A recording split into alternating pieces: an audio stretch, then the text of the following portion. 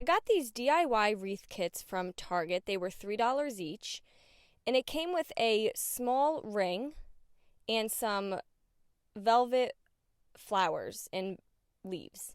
And these are really cute if you just want to use them for what they were meant for, but I needed the rings and these were a perfect size. And then I have this piece of wood. It's about a 3 by 4 inch block, and I'm just using some General Finishes Antique Walnut Gel Stain.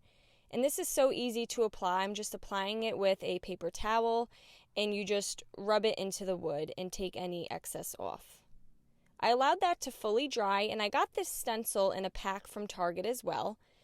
And I'm using some Wise Owl Snow Owl paint in a small foam dabber. And I'm just going to dab the design on the sides of the block. And these are small little triangles. I did one at the bottom, and then I flipped the stencil over and then did it at the top. And I went around the entire block of wood. This block of wood is maybe an inch in thickness, and you can use any size of wood. It will just really depend on what size rings that you have. So if you can only find large rings, then you're just going to want to use a larger piece of wood. And then I allowed that to dry.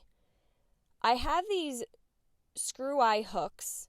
They're little hooks with a little screw at the end, and I'm going to screw 2 into the side of my wood.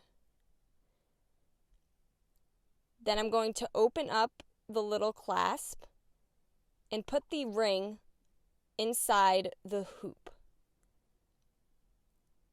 And then I'm going to attach the second one onto the other side. And I'm just eyeballing where I'm putting the screw eye hooks. I'm going about halfway down the side of wood. And again, I'm just taking the pliers, opening up that little loop, putting my ring in there, and then securing it in place. And I'm going to take the second one and do it on the other side as well. So now I have both rings secured on each side of the piece of wood.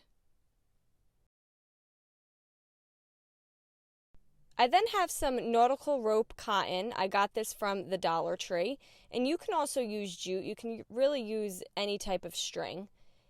And I'm going to just tie a knot in the center of the rings so that they're connected.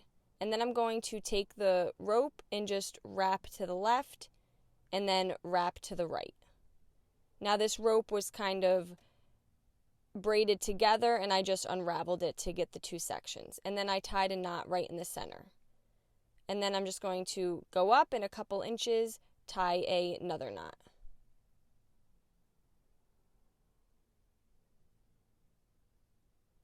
And you want it long enough because you're going to be able to hang this.